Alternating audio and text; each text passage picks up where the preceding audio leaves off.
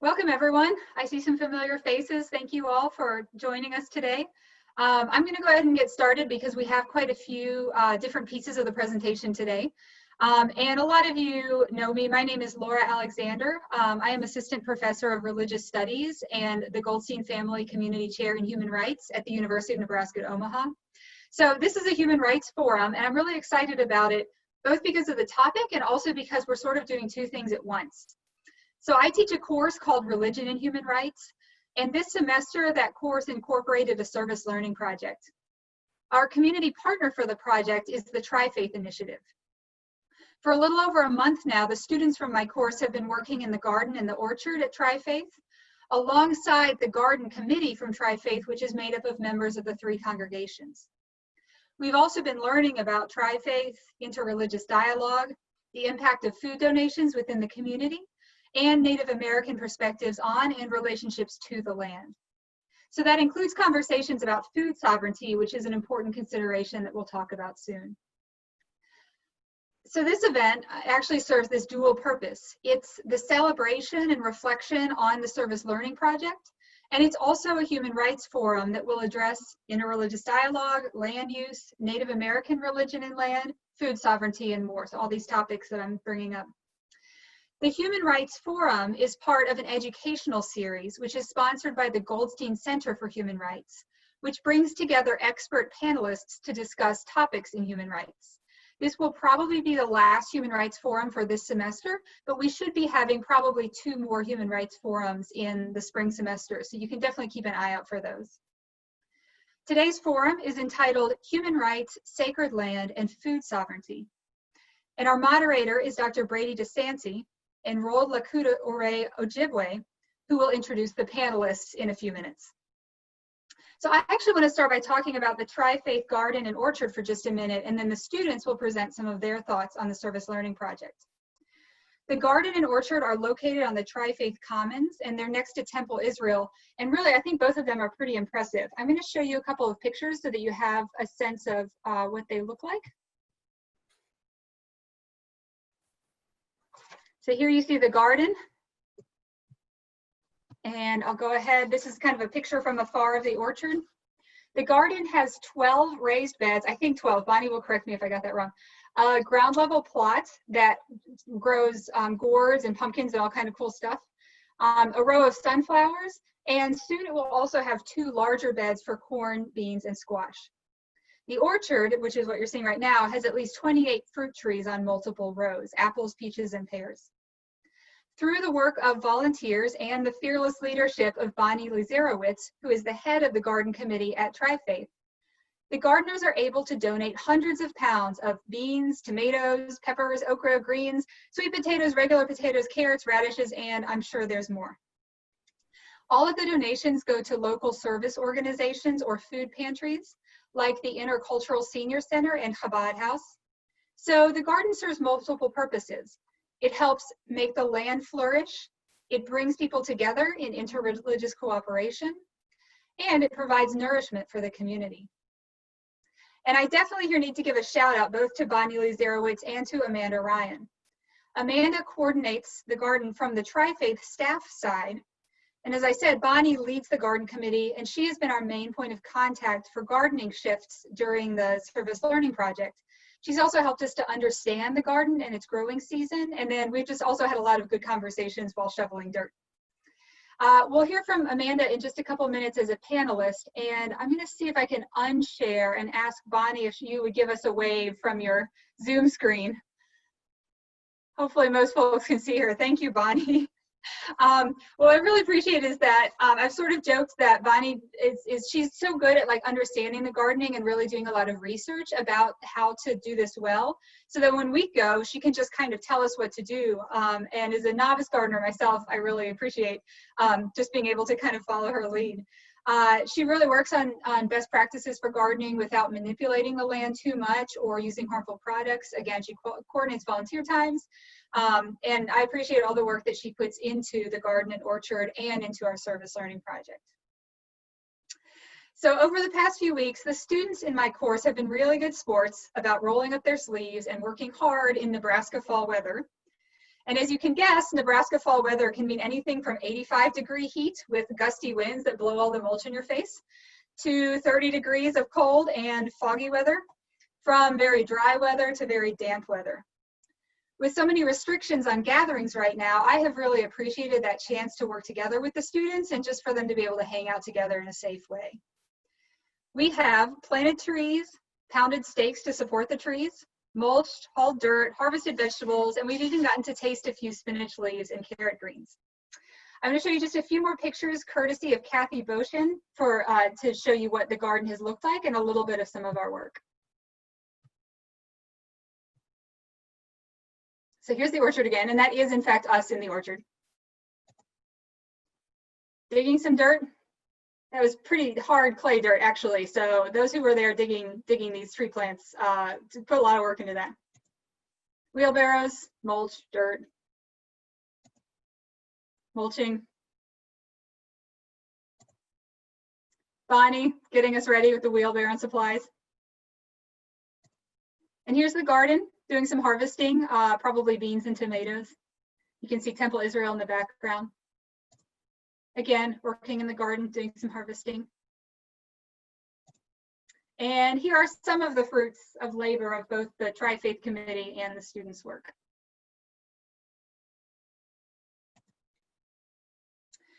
Okay, so I am getting towards being wrapped up, but I do have a few more thank yous to mention. I want to thank the UNO Service Learning Academy, and especially graduate assistants Madeline Hagar and Bree Full.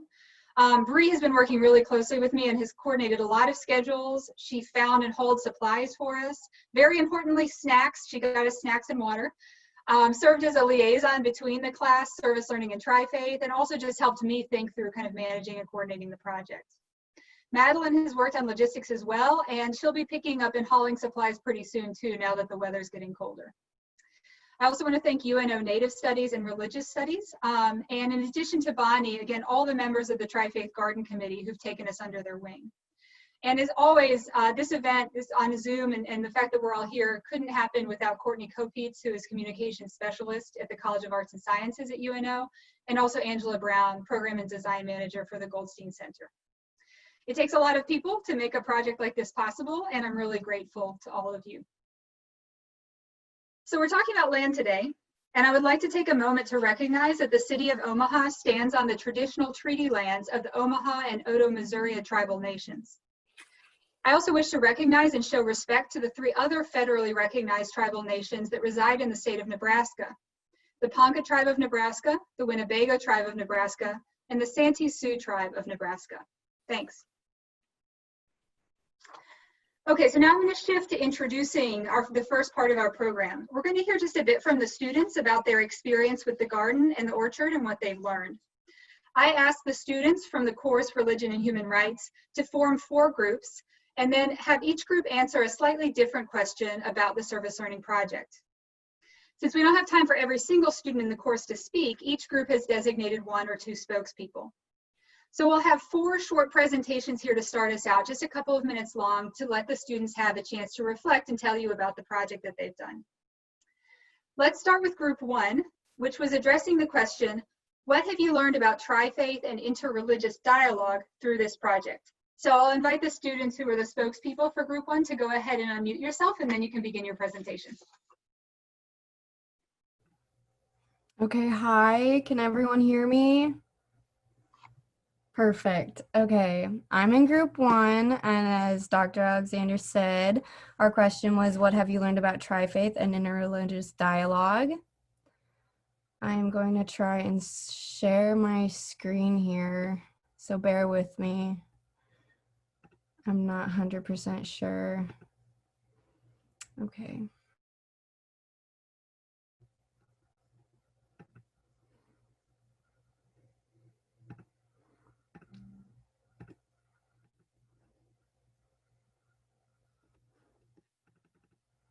Nothing is working. Do you want to send me something I could share? Yeah, no, apparently it's not showing my tabs. I'll share it with you really quick. Sure, I'll check and make sure that you're enabled. I thought I had gotten you enabled to share. Yeah, it should be. But if you send me an email, I may be able to pull it up real quick. Yeah, I shared the presentation with you just now. Okay.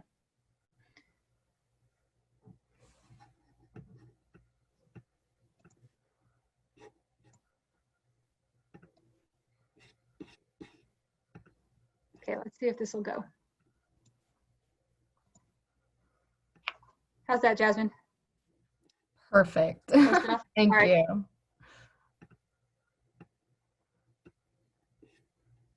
All right. So I am going to be talking about the first slide, the interreligious dialogue.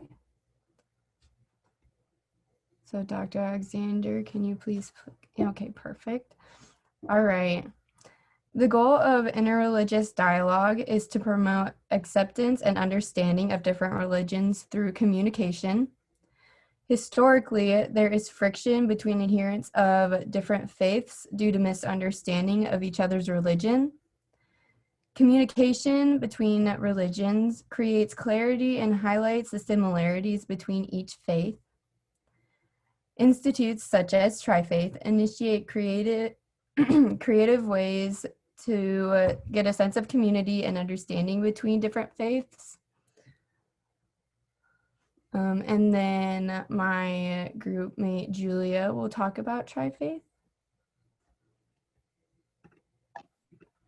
Hi, I'll be introducing the Tri-Faith Initiative. It is a combination of three religions, Judaism, Christianity, and the religion of Islam. Their main goal of our understanding is to create environments that encourage interfaith relationships between these three religions specifically for them, but then also the other religions in the Omaha community. One of their projects, which is the one that we helped work on, is their community garden and their orchard. I found it really interesting that all of the products that are created in these areas are donated into the Omaha community to different organizations. Another goal is to establish community through their own acts of service and then all-inclusive events that they hold open to the whole of the Omaha community.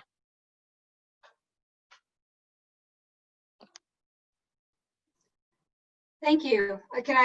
Julia, can I go on to group 2? You guys are good? Okay, thanks. So the second group out of the class was addressing the question, what have you learned about human rights through this project? And again, I'll invite you all to unmute and go ahead. Okay, hi everybody. My name is Mariah and I'm representing group 2, and we were addressing what we learned about human rights while working for the Tri-Faith Initiative and in the class. So we have been given the opportunity this semester to learn about human rights in the classroom and then apply what we have learned into the Omaha community. The Declaration of Human Rights, or the UDHR, was created following World War II by leaders from around the world because they wanted to set the standard that every human being has and deserves dignity. All of the ideas in the UDHR are right and just, but who will enforce these rights? Who can correct or help the state when these rights for individuals are not met? That is where non-governmental organizations like Tri-Faith come in to protect vulnerable humans. Tri-Faith is a religious organization combining Judaism, Christianity, and Islam. Tri-Faith is a great example of what a pluralistic society should look like, with all three denominations working together to provide people and human rights in Omaha with human rights. Their work with the garden specifically focuses on Article 25 of the UDHR. Article 25 is the right to standard adequate living, which includes the right to adequate food. This semester, we have volunteered in the Tri-Faith gardens and orchards, picking green beans, planting lemon trees, and harvesting carrots. This food has gone to a few different food pantries in Omaha, as well as a senior center for refugees. Religion and human rights are connected through both ideas and actions. Human rights are enforced by the state, but are also found within the community, with people making sure that those within their community are receiving those needs, and then building beyond that. This is what we have learned while serving others at the Tri-Faith Initiative.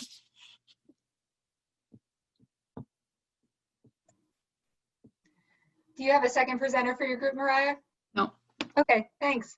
So we'll go to group 3, which was addressing the question, what have you learned about the use of land and about food sovereignty, including in Native American traditions? Hi everyone, so I am the other Bree. So our group has found through working with Tri-Faith, that it has really just opened up all of our minds regarding service, the importance of food sovereignty, and the intersection between food sovereignty and religion. We found through lectures this semester that a lot of Native Americans feel an increased love, kinship, and spiritual attachment to land in a way that a lot of Western religions don't. The attachment that they feel towards their land is really undeniable, and it shows a special way of thinking about the environment that while like it isn't completely uncommon, it is rather rare to see it nowadays. Food sovereignty is important to Native cultures for a few reasons. The first is that eating healthy food from their land is a way to increase physical and spiritual health. And another is the importance of food sovereignty as a generational practice of caring for the land and their people. And I will hand it off to Jackson from here.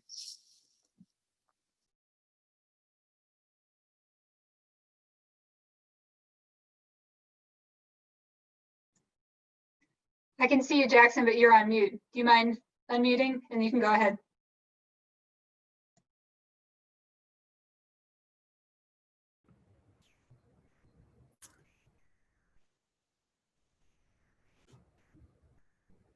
Hello? Good Hi, now. sorry, Yeah, my I think the connection messed internet. up, but you're good. Yeah, my internet's been really... So, as we said, my name is Jackson, and as she mentioned before, the land has a blood and spiritual connection to an array of Native groups. When people outside of these groups try to bring on different forms of like damages or violations against the land, such as like different pipelines, are just trying to like do different things with that land, it is taken as a personal attack on like who they are and what they believe, because they see that as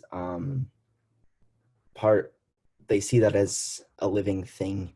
An example of this can be seen in the struggles at Standing Rock in the Dakota Access Pipeline. When this was something that was big in the media, there wasn't a great representation of how the tribes around that area were affected by the pipeline. They really took it as something that was attacking their spirituality and attacking their culture. The body of water that the pipeline goes under is viewed in these traditions as a living being with rights. And the protest at Standing Rock was one, it lasted for several months. A makeshift town of protesters, activists, natives, and allies built a pseudo-city to protect the land, water, and people. Many activists were actually jailed and had charges pressed against them for standing up for their spiritual beliefs and standing up for this land and protecting it. This example, among many, just shows the love and the kinship that Native people hold for the land and how like truly connected they are to it and how much it means to their lives.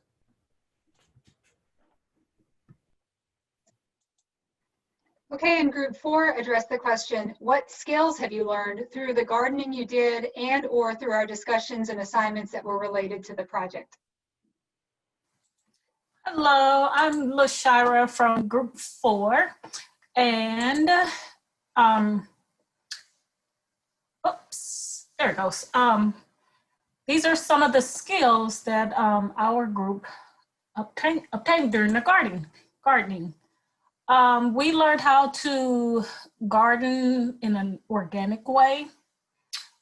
We also learned about the moral traditions aided in promoting human flourishing with the food that was donated.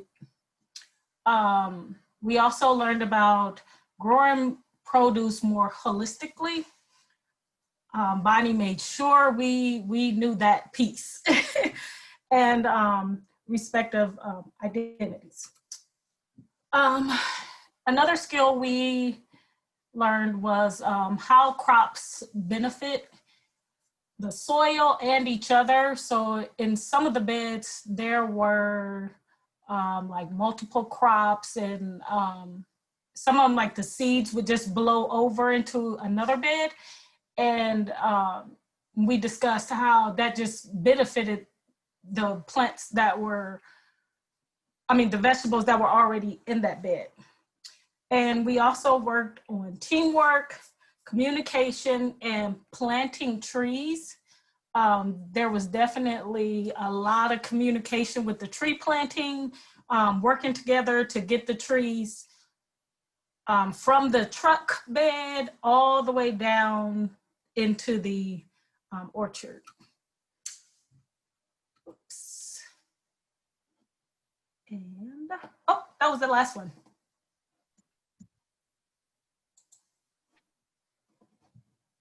Thank you, Oshira. Anything else? That's all. We're good. Thanks. Well, yeah, I appreciate it. Thanks to the students who volunteered to present. I'm going to turn it over now to Dr. DeSanti to open our Human Rights Forum panel and introduce our panelists. So Dr. DeSanti, please go ahead. Okay, thanks, Dr. Alexander. It's good to be here. Thank you all for being here. So what I'll do is I'll introduce our three panelists, and then we'll go from there. Each panelist has roughly 10 minutes to share their thoughts. So our first presenter is Dr. Maya Tom, who is a tribal citizen of the Walker River Paiute Nation. She also has Pomo ancestry. She has a PhD in post-colonial studies from the University of Coimbra in Portugal. She has researched, published, and lectured on race and ethnicity in education nationally and internationally. She's spent the last decade of her life working with students and youth from various communities, both in the United States, Spain, and Portugal. In 2019, she oversaw other guest editorship of UNESCO's International Review of Education. The 2019 issue, Indigenous Knowledge is Vital Contributions to Sustainability, brought together the work of Indigenous scholars from North America, Latin America, the Pacific Islands, and Africa. Dr. Tom currently teaches in the Native American Studies program at the University of Nebraska, Omaha. She's also an aspiring creative nonfiction writer pursuing her MFA at the Institute of American Indian Arts in Santa Fe, New Mexico. Her poetry has been published in news from native California. Okay. Our other next presenter is Amanda Ryan. She is the program director for the Tri-Faith Initiative. Amanda moved from Minden, Nebraska, but in 2009, I believe. She majored in religious studies at UNO and has possessed a passion for learning about and engaging with different religions in different communities and cultures. She is currently a sociology MA candidate at UNO. Her research interests include religion and public life and politics, human rights, race and religion, and social change. Currently, Amanda is working on a research project about Latino Jewish identity and code switching, as well as writing podcast reviews for the Religious Studies Project. Since 2018, Amanda has participated in a fellowship for the Union for Reform Judaism. The fellowship brought together 16 non-white Jewish professionals to grow community, engage in professional development, and create change for the larger Reform community. Amanda is also a member of the American Academy of Religions, chair of the Young Jewish Omaha, and serves on the Omaha Public School Board of Education. Our third presenter is Gary Saul, who is of Lakota, Omaha, and Ho-Chunk ancestry. He is the current office associate for the Native American Studies program, where his ability to assist in maintaining the program and engage in student and community outreach has proven indispensable and invaluable for the program. He is an interdisciplinary studies major and is minoring in Native American Studies. He is also the treasurer for the Intertribal Student Council group here at UNO and assists in planning events such as Native American Heritage Month and the Wambly Sapa Powwow. Gary is becoming quite conversant in Lakota language and continues to serve as a role model and mentor for both Native and non-Native students at UNO. So without further ado, I am going to turn this over to Dr. Tom. Hello, thank you for the introductions. It's great to be here. I'm trying to figure out how to share my PowerPoint right now. Can you see it? Yes, I can see it. Okay, sweet. Okay, so good morning again. As I put this, my work doesn't quite deal explicitly with food sovereignty. I also have a penchant for the global, so I framed this presentation in the broader framework of coloniality that I've used in my work on globalization, sustainability, and indigenous education. I draw from my colleague Julia Suarez-Crabbe, who explores the interconnection between human rights development and the Death Project. And before proceeding, I want to make a quick shout out to my cousin Myron Dewey, I'm a little nervous right now, of Digital Smoke Signals, who helped me put this little ditty together along with some cool drone images. So, okay, so what is a Death Project? And how do I see this pertaining to food sovereignty and human rights? According to Suarez-Crabbe, coloniality and the Death Project are two sides of the same coin. We may conceive of Eurocentric modernity as a death project closely linked to capitalism, coloniality, and a global articulation of power. And the concept of coloniality comes from Quijano, who argues that coloniality manifests at global, regional, and national levels. Coloniality can be observed in the power that the global north, the white United States and Western Europe exerts over the global south in regions such as Africa and Latin America, regarded as undeveloped or developing countries, and racialized populations in the global north. Indigenous peoples are the global south in the global north, yet we are often omitted from these global discussions, which is my own little battleground right now. So understanding coloniality implies taking into account historical and regional differences in the ways in which this globalized system of oppression has localized. The Death Project describes the systemic ways in which coloniality works against life and the heterogeneity that life depends on, including war, genocide, epistemicide, and continued attacks on nature, including the commodification and patenting of life. So coloniality describes how historically constituted global systems works, whereas the Death Project speaks about what it does in terms of practices and consequences. So we all live its impacts with climate change. And my point is that tribal communities have endured, are living, and are addressing these consequences, and they're at the forefront of them. So to illustrate the Death Project in development, let me briefly pull from my own tribe's history. In my language, we are the Agaidekata, the trout eaters. Today, we no longer have trout. The river used to run full of water and trout. It passes through our reservation and ends at the tip of Walker Lake. The overallocation of water rights and damming upstream have depleted the river of water and fish. Additionally, less rainfall and snowpack causes the river to run dry. Drought conditions worsen yearly.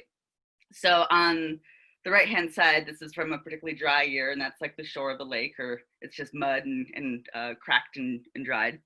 So the lake cannot sustain trout. And should you ever visit, you can drive off Highway 95 to reach the shore of the lake. And as you drive down to the shore, you'll see placards inscribed with a year starting from the early 1900s. And as you drive down past each one, you see how much the lake has dried with the progression of time. And when you arrive to the present, you arrive to a shallow lake, still immense in its dimensions. The loss of trout affects our cultural identity. My cousin jokes about whether or not we all are the Walmart Dakota, as we are no longer able to subsist through traditional food sources. Nevada is also a vast food desert in terms of what is accessible, hence Walmart Dakota. So how is this an example of modernity's Death Project? Well, environmental destruction occurred long before the climate change we're confronting as a global society today. Much of this has to do with how land has been developed for mining and farming since the arrival of invaders in the 1850s. During the gold rush, mining led to deforestation. Invaders would cut about 550 cords of wood a day to burn. And as Nevada settler history progressed, invaders also assumed that land was used the land that we used for foraging and hunting was unused. Why? It was not being utilized in a way that as they would utilize it. Read, monetary value. Never mind the millennia of knowledge and cultural practices tied to the land. There was also an abundance of food prior to the invaders. Nevada tribes, Paiute, Washoe, and Shoshone lived according to the land. Tribes did not overharvest areas. They also seasonally migrated for food sources. In fact, our reservation was once our winter grounds due to milder climate than the Sierra Nevadas, which are our summer grounds, or were. So our diet was much more varied than the Western diet. Some staples included buckberries, cattails, willows, and pine nuts, glorious pine nuts that I'm missing this year. I also heard we had a small harvest. Anyhow, so over the last 70 years, corporate agriculture in surrounding towns such as Urington has taken more water. In 1935, the BIA built the Weber Dam that constricted the flow of fresh water to the lake. Water is used for farming and recreation. And what has grown?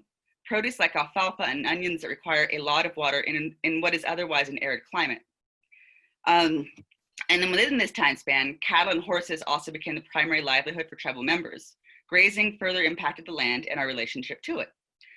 Additionally, commodity food has also changed our relationship to food.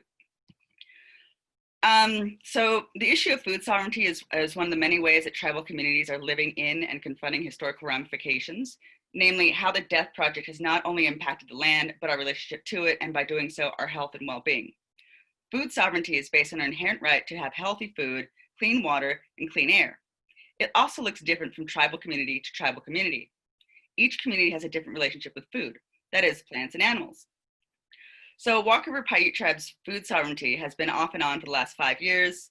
4 hoop houses were built were built on the reservation to produce healthy foods locally, and several members have been hired to learn how to grow and then disperse food to tribal members. Its emphasis is more on well-being through food. And they grow squash, tomatoes, zucchini, broccoli, fruit trees, etc. So while traditional food is not grown, we still harvest pine nuts and traditional medicine, sarupi tea, as well as willows for basket materials. So this is merely a complex issue. Oh, there's a, I have to like, okay. So this is merely a complex issue.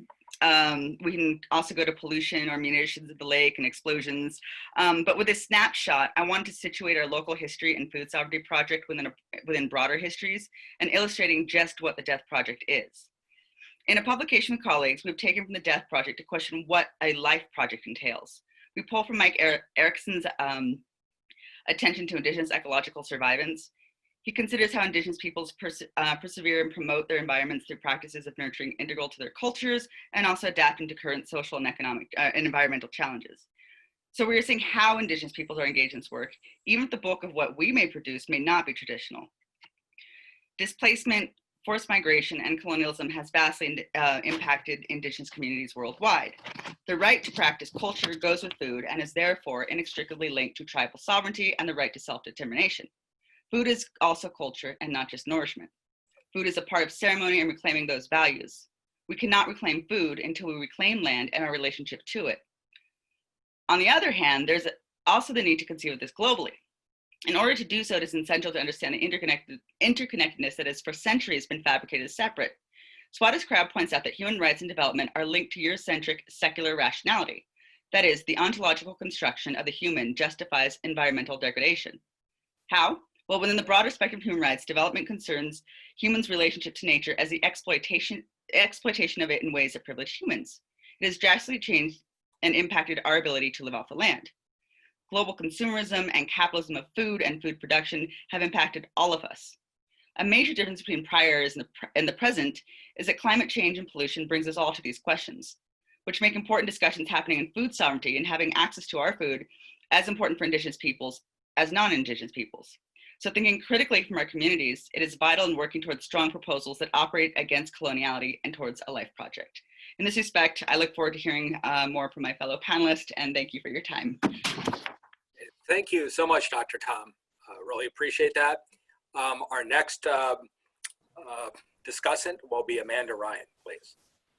Hi, everybody. My name is Amanda Ryan, and as Dr. DeSanti introduced me, I'm the program director for the Tri-Faith Initiative and a very proud alumni of the Religious Studies Department. I always got to plug that because I wouldn't be doing the role that I'm doing if it wasn't for the mentorship and support that I got from so many of these folks and so many that are on this call right now. But then also, this garden and orchard wouldn't be a success without the committee members. I am just the person behind the computer. Bonnie's shaking her head no, but it's true. And they do all of the legwork on this, and I'm extremely proud of all of the work that they've done in the past 2 years. This is a new project, and this is the second year of Tri-Faith having a full staff. So, you know, that first year is a little rocky. You're trying to figure out what the function of a committee is. Why do we want to have the garden? Why do we want to have the orchard?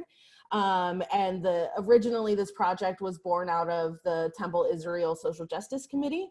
And they realized they didn't have enough people power behind it to really make it successful. And the funny thing is that a lot of the volunteers from for the gardening committee are temple members or temple adjacent. And so from the Tri-Faith and you know, our land, you could see from the pictures that Dr. Alexander showed earlier, has a lot of natural foliage. It has the natural grasses that are supposed to be on the land, and we've been tasked to maintain those and to not disrupt them, to allow the natural plant life and animals and the insects, just the whole ecosystem to remain intact, even though we have these buildings and people interacting with them. So, but with COVID, we've seen that people are using our walking bridge so much, and that it's a really good way for people to remain connected to the earth and to the ground during this time. And I think for as difficult as COVID is, that those lands provide an opportunity for us to have some sort of break from the heaviness of that.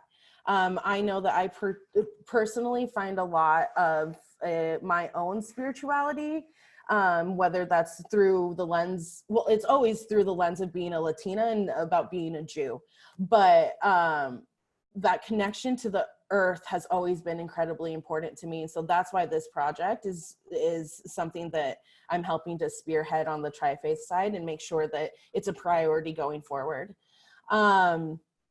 Yeah, I don't know. I haven't, in all honesty, thought too much about how this connects to the overall picture of human rights, to be very frank. I know that there's issues of food insecurity. Like I said, I do, or as Brady said, I do a lot of work around race and religion. And so those components of where our community is divided and where food deserts are in our community, of course, that's at the top of my head, but I didn't think about it on the larger scale. And then I've always wanted to make some sort of acknowledgement towards the lands that we are on and the tribal affiliations with them, but we just haven't made it to this point. So I'm really excited that we're doing that. And I know that the committee and Bonnie has been talking with Dr. DeSanti and Gary about some different ways about how they can teach us about what we're doing on these lands and how to involve Native American spirituality and belief into what we're doing to make sure we're honoring the land that we're on. We're extremely privileged to be able to have the money that we have to spend on these beautiful, gorgeous buildings, but we're also extremely privileged to be on this land.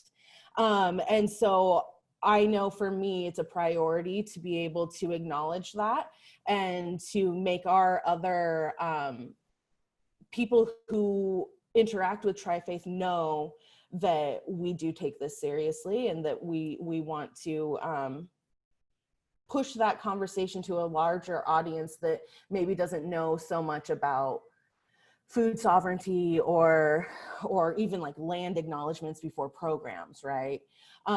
So there's a lot of growth and learning that we need to do on this end, and I'm part of that. So I really don't have too much more to say, and I love hearing what everybody has said so far and what the students said and all the work that they provided. So another big thank you for Dr. Alexander and her class, because they did really help our gardening committee this year, and I hope that this is something with our growing relationship we continue to do, because also we all need to learn how we can grow our own food, right? And so that's part of, once again, connecting us to the earth and connecting us to our species being and who we are as humans. So thank you for that time.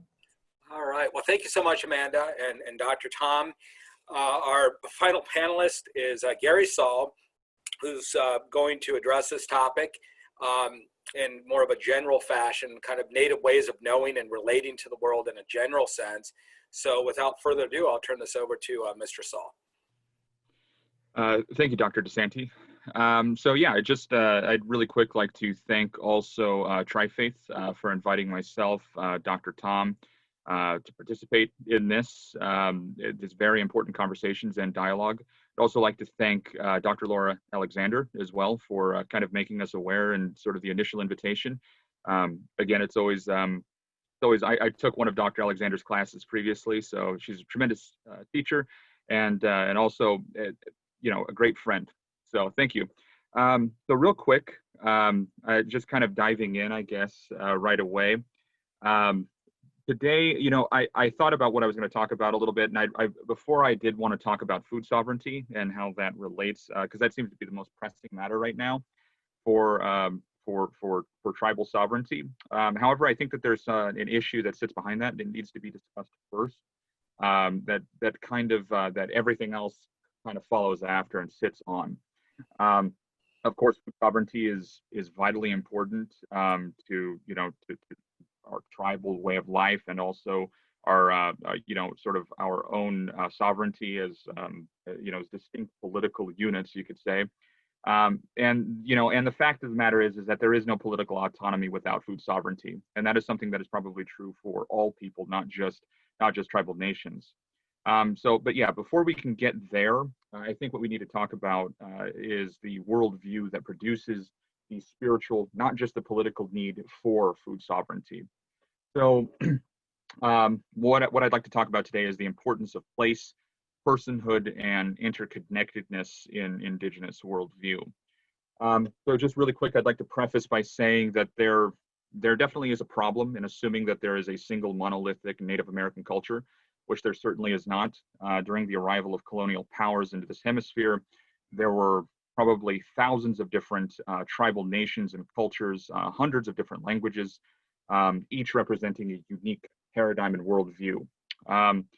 So each of those cultures had answered three fundamental questions differently, I think, than what can be found in the Western philosophical tradition and many of the world religions in the opposite hemisphere of the globe.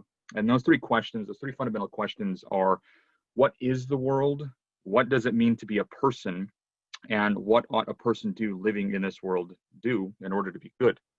And those questions are answered very differently by Indigenous people living here in this hemisphere.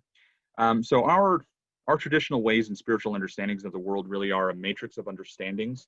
It's not just a religion, but an entire worldview. For a lot of us, and again, I'm speaking in general terms here, so there certainly are exceptions. There's often no separation of the sacred and the profane. Our spiritual systems are often an intermix of the practical and the spiritual. So even when we're doing certain things that may involve planting and taking game, we also at the same time we incorporate our belief systems and our spiritual ways into those very practical things, such as hunting and taking food and things like that. So for us, another point to be raised is that in Indigenous perspective is that there is more of an emphasis and importance of where something happened versus when it happened. In the Western philosophical tradition and a lot of other worldviews, time is very important, but for us it's place. Another third sort of prong to this is that we have an extended definition of personhood. So there are, I guess you could refer to them as non-human persons. That would be things like features of the natural landscape, like mountains, rivers, streams, but also other biotic things, different species of animals, eagles, elk, bison, things like that we also consider to be persons and communities in their own right. And this is not just simply a naive attempt at natural explanation. So there's a phrase, and I'll speak on the culture that I'm most familiar with.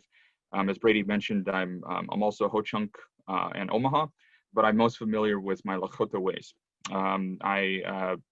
That's just kind of what I was raised in.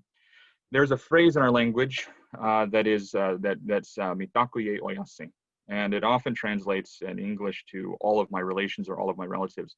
There's also one in Omaha, Ewede Wangade, that means relatively the same. And when we say that, we're referring to our relatives not just as as human relatives living within our own community, our own band, but also our non-human relatives as well. And it's an acknowledgement of those relatives. So there are definitely, sorry for the interruption. I just realized my notes did not save. So I'm hoping that there is okay, good. So now I'm going off of my phone here.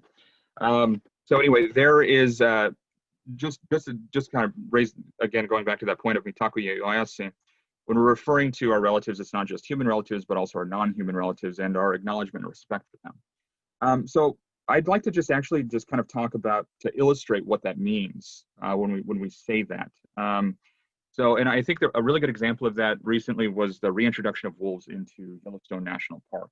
I think about roughly 10 years ago. So the wolves in Yellowstone National Park were absent for about 70 years. And during that 70 years, the deer population there grew excessive. And they actually reduced the geography into something quite arid, and almost all vegetation had disappeared. So when they reintroduced these wolves about 10 years ago, 2009, 2010, I think, they were relatively few in number. And of course, doing what wolves do, since they're predatory animals, they hunted the deer, which radically changed the behavior of the deer. Those deer began avoiding places where they could be trapped and cornered, such as valleys and gorges, to avoid the wolves. And so those places, those valleys and gorges, they immediately started to regenerate vegetation. And those bare valleys eventually became forests within just a decade and a half, really. As soon as that happened, different migratory birds and songbirds began to return. Beavers started returning because they like to eat the trees, of course. Beavers also are ecological engineers, and they create niches for other species such as otters, muskrats, ducks, various reptiles, amphibians, and fish. The wolves also killed coyotes, and as a result of that, the populations of rabbit and mice began to increase, which meant that there were more hawks, weasels, foxes, badgers, ravens, bald eagles, and other shrikes and carrion eaters that came in to eat the leftovers that the wolves left behind. Bears also began to migrate and move back into the location because there were more berries on the regenerated shrubbery, and of course the booming fish population in the rivers and streams.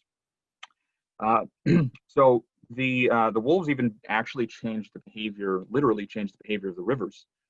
They began to actually meander less. The erosion lessened because the vegetation on their banks were able to take root, which resulted in less erosion. Channels and streams narrowed, and that regenerated from the regenerated forests. The wolves, again, like I said, by their actions, they actually regenerated the forest, which fixed the bodies of water in their course. So the wolves, although very small in number, transformed not just behaviors of its inhabitants, but also changed the physical geography. So to our perspective, and again, this is in the general sense, but to Indigenous perspective, our understanding of those wolves, of that particular place, they are the most important relative. And it's perhaps one of the many reasons why wolves and coyotes are often seen as creator figures in many of our stories. They quite literally shape physical geography and create an abundant multitude of life that's in that place. So what we understand for a lot of us is how we treat those other relatives like the wolves. So the bears, the rivers, the mountains, the beavers, the muskrats, the eagles, and any other neighbor within that ecological community, we understand that those are relatives, and that how we treat them and how we behave towards them can have pervasive and widespread effects on how those relatives in turn treat others within that ecological neighborhood. And that, in essence, is what mitakuye oyasin is. So this is a fact that's only been understood really by Western ecologists, probably within about the last half of a century. But this is something that we've understood since time immemorial. And again, this isn't just a naive perspective. There really is no mysticism in many Indigenous traditions. So and again, this is traditional ecological knowledge is a factual knowledge of the environment and a thorough knowledge system that's capable of making observations of material reality. So we incorporate that understanding of into our spiritual traditions. So when we pray, we often begin by acknowledging those other relatives. We recognize that sacred reciprocity that exists between all things. So when we eat and when we hunt, we acknowledge one of those we acknowledge that one of those relatives gave up its life. It gave up its life and its place in the world so that we could have room. We also understand that one day we'll give back our own bodies in the same way that something else gave up its own. So again, we might be able to live another day. We understand that we have a responsibility to the rest of creation, which is a continuously renewing process. To us, that is indigenous human rights, because human beings are not the only things that are persons. We understand that there are not just rights that need to be upheld to be a good human being, but also responsibilities as well. We understand that in order to keep those cycles coming back, we must take care of our human relatives and non-human relatives alike. That's what we mean when we say that's what we mean when we say to be a good relative. When we emphasize that you need to be a good relative. To us, again, we understand that there are not just rights that need to be upheld, but also, again, like I said, those responsibilities. And that for us, because of our extended definition of personhood, is what we understand to be human rights and what it means to be a good person living within a particular region. And again, that's why we emphasize place as important, because you're living literally within a community of other beings, including rocks, rivers, and streams, and things like that. So that's kind of just what I wanted to say. All right. Thanks. Thank you so much, Gary, for that kind of overview. I think it's good for our attendees here to have that overview, the general overview of Native, what we call epistemology, right? Ways of knowing. And I think that's integral. So I want to thank Dr. Maya Tom, Amanda, and Gary for sharing their knowledge and their viewpoints on this topic. I really appreciate Tri-Faith and Dr. Alexander and so forth for incorporating this into their program. And I've looked here in the chat. We don't have any questions. I believe, Dr. Alexander, do we have some time for some questions? Yes, we do. And I think it might be easiest if we started by leaving questions in the chat, but I think with the number of people we have here, I suspect people can also unmute and simply ask questions verbally. So I see Amanda's already. I was going to say too, the panelists could have a bit of discussion while the rest of us are typing our questions in as well. Yeah. So as I said, like I'm pretty, don't have a ton of information, it's not what I studied. And as far as my Mexican identity, my family's been here for 3 generations, probably actually longer than that, and then having to go back to Mexico and then coming here again, right? My family was migrant workers and migrant farmers. So that personal connection also like kind of started to resonate with me. But then I thought about it through the Jewish lens, and that like all of our Jewish holidays are around the cycle of harvest and planting and stuff like that. So, we just got done with the high holidays, and then there's our festival of Sukkot, which is about harvests. And we build this temporary structure outside where we're supposed to do everything outside, eat, cook, sleep. It's a little hard. Most people don't do that.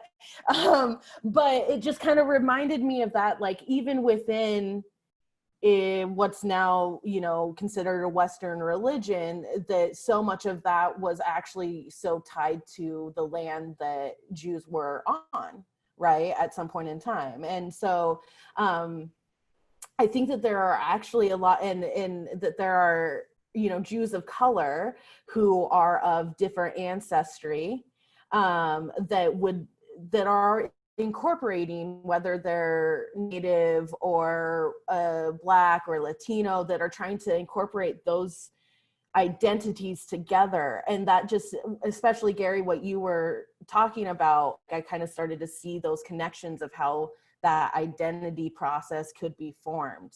So thank you. All right. Well, we do have a question here. I'm going to read it in the comments. It seems like a lot of these issues surround colonization. In any of your opinions, what is a good way for us to be allies to or contribute to decolonization efforts in relation to land, food, and tribal sovereignty? And that is open to Gary, Dr. Tom, Amanda.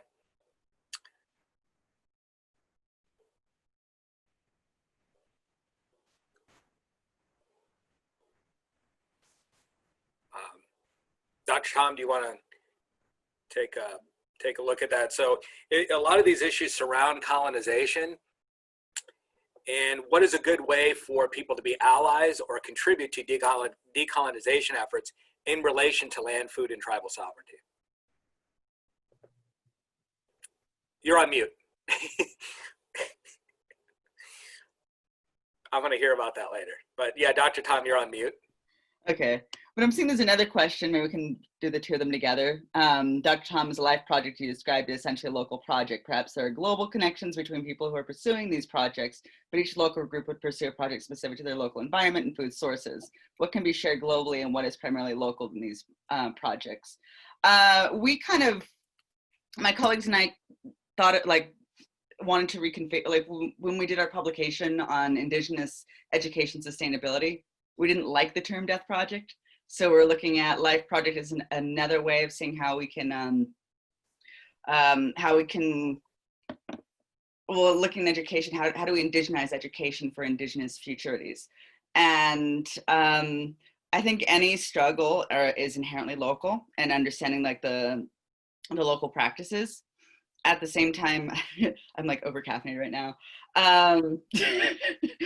But at the same time, it's also kind of conceiving how like these entire structures were imposed and how we're living on them, in them, and the different practices or like approaches or frameworks we can use to deconstruct them and see things differently, so to speak, or like different worldviews. I don't know if I'm making sense.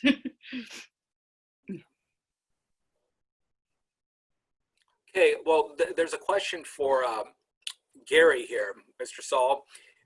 Could there be a way of talking about, quote, persons' rights that might acknowledge relationships between persons, or as rights already too skewed a way of talking about this, even if rights could be tied to obligations and recognized within a web of obligations? Okay, yeah, definitely. So, well, I mean, and again, this is just my own sort of unique understanding, kind of within the Indigenous perspective as an Indigenous person, and I'm sure there's people that would disagree with me, which I think is certainly, you know, is great for discourse. But my general understanding of it is that we also have, you know, in a lot of our tribal cultures and nations, you know, and traditional ways, we have an emphasis of you know, of individual rights as well. There is an importance of individual rights as well. But again, there's just a stronger emphasis on personal responsibility to your kin and also to your community. And again, that community is not just your community like of people, but also your non-human community, other biotic life and things like that too. So just kind of really quick, I don't think that it's necessarily a skewed perception, but I just think that it's too narrow of a definition.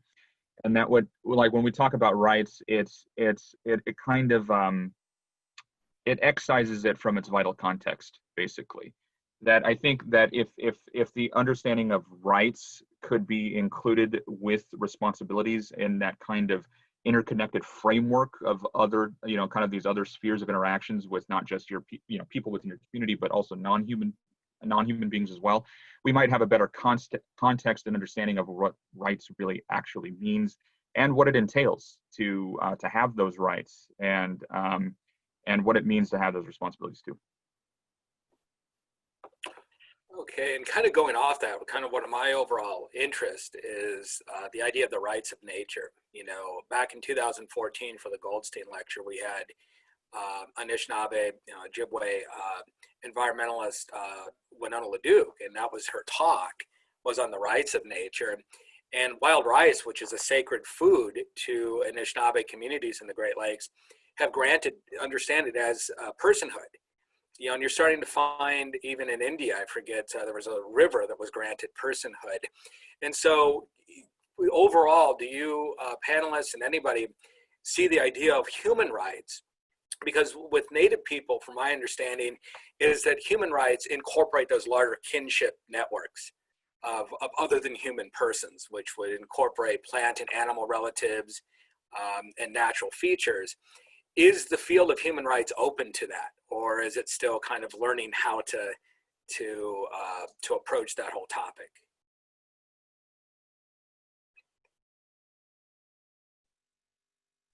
Well, I think this is where Gary and I are like, we're kind of interlocking. And also what I was pulling from my colleagues' work is saying it's this institution that's been established and this ongoing separation between man and nature. And part of challenging that is like making a big historically informed critique of global histories of colonialism, as well as epistemologically. Yeah, I'll let Gary take it from there. Thank you. So yeah. I mean, I think that I guess I think the conversation concerning human rights and that dialogue and discourse is certainly open to it, but I think that there needs to be a demonstration of kind of those principles. And I think projects like this, like here at Tri-Faith with the garden and things like that, are a very real way of demonstrating the kind of interconnectedness or relatedness of things. Maybe through even permacultural practices and things like that as well. I think permaculture might actually be kind of a sort of a metaphor, not even really a metaphor. I don't think we should call it a metaphor, but it can actually be a real demonstration of kind of how things are all related within. And because right now we all live within walled cities, we don't have access to the wildlife and things like that. We don't get to see those things or observe those, kind of material, real life connections between different animals and populations. But yeah, I think it's open to it. And I think that what people need to understand in order to get to that point where it can kind of be included into the conversation is that human rights is really about, I think is about a quality of life, right, for human beings. And how we treat those, kind of talking about, so what they refer to that as trophic cascade in ecology, what I was talking about earlier. And how we behave and how we treat people, an indigenous perspective, that's prayer, also a form of prayer. And what we send out there and how we treat those other relations actually comes back upon us, affecting our quality of life and affecting perhaps even the rights, the human rights of people that are around us, because of the way that it sort of compounds and then and through a process of reciprocity comes back upon our own heads. Okay. All right, we have a question here too, and this is again to our three panelists. Understanding that personhood aspect of both biotic and abiotic components of nature, as an environmental educator, how should I approach teaching ecology education programs and efforts within Indigenous communities or with Indigenous youth?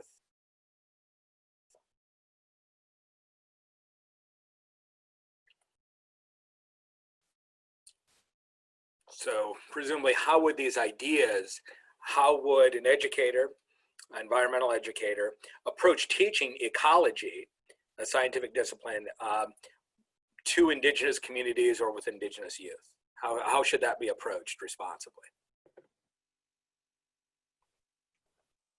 I would say just getting in, so there are already curricular kind of schemas that are out there that are being taught on reservations that involve the incorporation of, traditional ecological knowledge and teaching, basically early childhood education and again, you'll find these on reservations. I can't say that for sure, like in a broad sense, but I know like even like on Pine Ridge and stuff like that. I have a couple of friends that are teachers up there and periodically make posts and stuff like that about some of the things that their activities are talking about. And it incorporates that traditional knowledge through language and things like that. So I don't know if there's anything that someone could do without just kind of connecting to it. You know what I mean? Like you would have to reach out probably to educators on, within tribal nations that are already incorporating this stuff. Right now, we're in the midst of kind of a period, like a cultural renaissance, a lot of revitalization movements of spiritual traditions and language and things like that. So we're already thinking about these things. So I think that would be the best step, would be to reach out to some of those Indigenous educators that represent those tribal nations. Right. Amanda or Dr. Tom, did you have anything to add to that? The only thing that you mentioned how ecology, you know, is a scientific discipline. I think one of the things, and this kind of goes into what Bree was asking a little bit about that colonization point, is to recognize where those fields and how they developed are, and also like what their place is within the systems of white supremacy and capitalism and stuff like that. So making that very clear that even though these are academic subjects, that there are within like some, you know, in whether it's Black studies, Native American studies, whatever, that there are, you know, people of that group that participate in it, but then also people who aren't from those groups that participate in it. So just making that a really clear that the actual system of ecology is based in some of those traumatic type things like white supremacy and capitalism. Right, that's a good point. Yeah, I guess I had a short thought on that too. In ecology, which, you know, I respect for what it does and so forth, I'm certainly not an expert, but give an example. I've heard, you know, the stories that, you know, the bison love sunflowers, and if you see them on, you know, in the field, they'll frolic around. They're covered in sunflowers, and that there is a belief with many plains communities that there's this deep relationship that exists between blackbirds and the bison, the buffalo. Because you'd always see the blackbirds perched on the bison's back. Well, of course, when the bison would roll around and get covered in sunflowers, that would disturb the soil, and there'd be a lot of insects and food, and the, you know, blackbirds would get a free lunch. Now, you could see from an ecological standpoint that there's a sort of there's an abstractness of understanding how these go together. But from a native worldview, it wasn't just sort of luck or coincidence that there would be stories, sacred narratives about how bison, quote, people and blackbirds develop this intimate relationship. And it wouldn't just be told in an abstract sort of way. So I think that's one way of approaching it differently. There's sort of the Western approach of seeing that things are symbiotic and so forth. Native peoples would see that as relationship, a sacred relationship. Okay. I have a question that probably starts for Amanda, but could end up with everybody if you don't mind me asking it verbally. When I've been actually out there working, Amanda, at Tri-Faith, I have been thinking about space. You know, you talked about, right, how fortunate the you know, Tri-Faith and everyone who integrates with them, including me, is to have that beautiful commons and everything. And so I have been thinking about the connections that you all are trying to make to different community groups and kind of just different parts of the Omaha community. And whether I thought about, I think because I went and had a tour, I think with Service Learning, of the Union for Contemporary Art. And one thing that they were saying was that they were getting way more requests just for people to use the space that they could handle.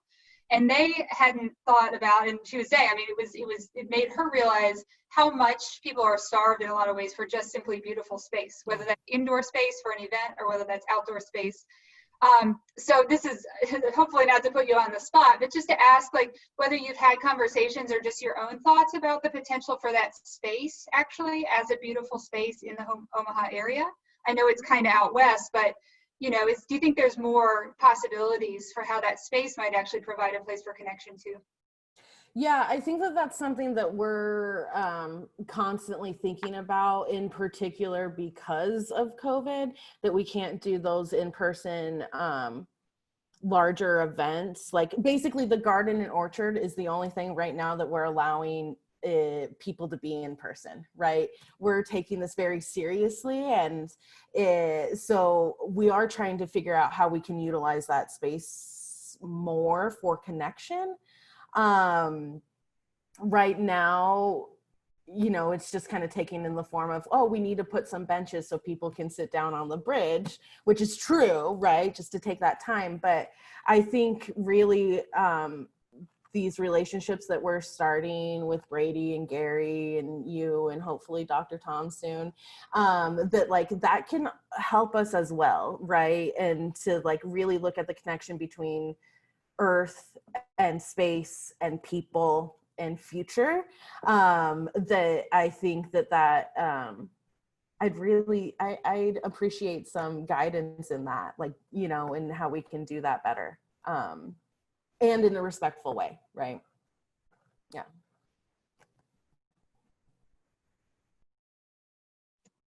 Dr. Hussaini, you're on mute. I know. Okay. it's my turn to get called out. But no, I'm just going to say, you know, we've had some excellent questions. I really appreciate the panelists' contributions and sharing their thoughts and knowledge. I have 114. Did you have anything else, Dr. Alexander? Or Yeah, I think I want to thank everyone. I will open up real quick to ask Bonnie again, do you want to just say hi or maybe just unmute and say something about maybe what the next week is going to look like in the garden? So this part of the season is what we call putting the garden to bed. So we've got all kinds of plans. Dr. Alexander's class helped us with our lasagna beds that we're going to hopefully have 3 sisters in next season, which has a lot of meaning for all of us that work out there. We just had a little harvest of about 30 pounds of food that would go to waste if you weren't paying attention. So we're trying to pay attention to what's going on with our earth and our water and our air and sharing that with others. So yeah, so it's a time to go to sleep and then wake up again in the spring. So I hope that people come out, walk the bridge, especially in the evening. Don't you think, Amanda, that in the evening the bridge is beautiful, with the building lit up, and take your kids to the playground and walk the garden and the orchard and enjoy the fact that we are there together on our commons. It's glorious. So thank you for all your help. It's been wonderful. Thanks. Yeah, I mean, thank you to Dr. DeSanti, all our panelists, all the students, everybody for coming. Do you, Brady, have anything more yourself to say or ask? no, I just, again, thank you, everybody. Yeah. I appreciate it, and thanks for letting me be part of it. Yeah, I'm so excited to have all these connections and to be able to have done this project. So many appreciations to all of you, and have a wonderful day. Okay, take care, everyone. Thank you very much.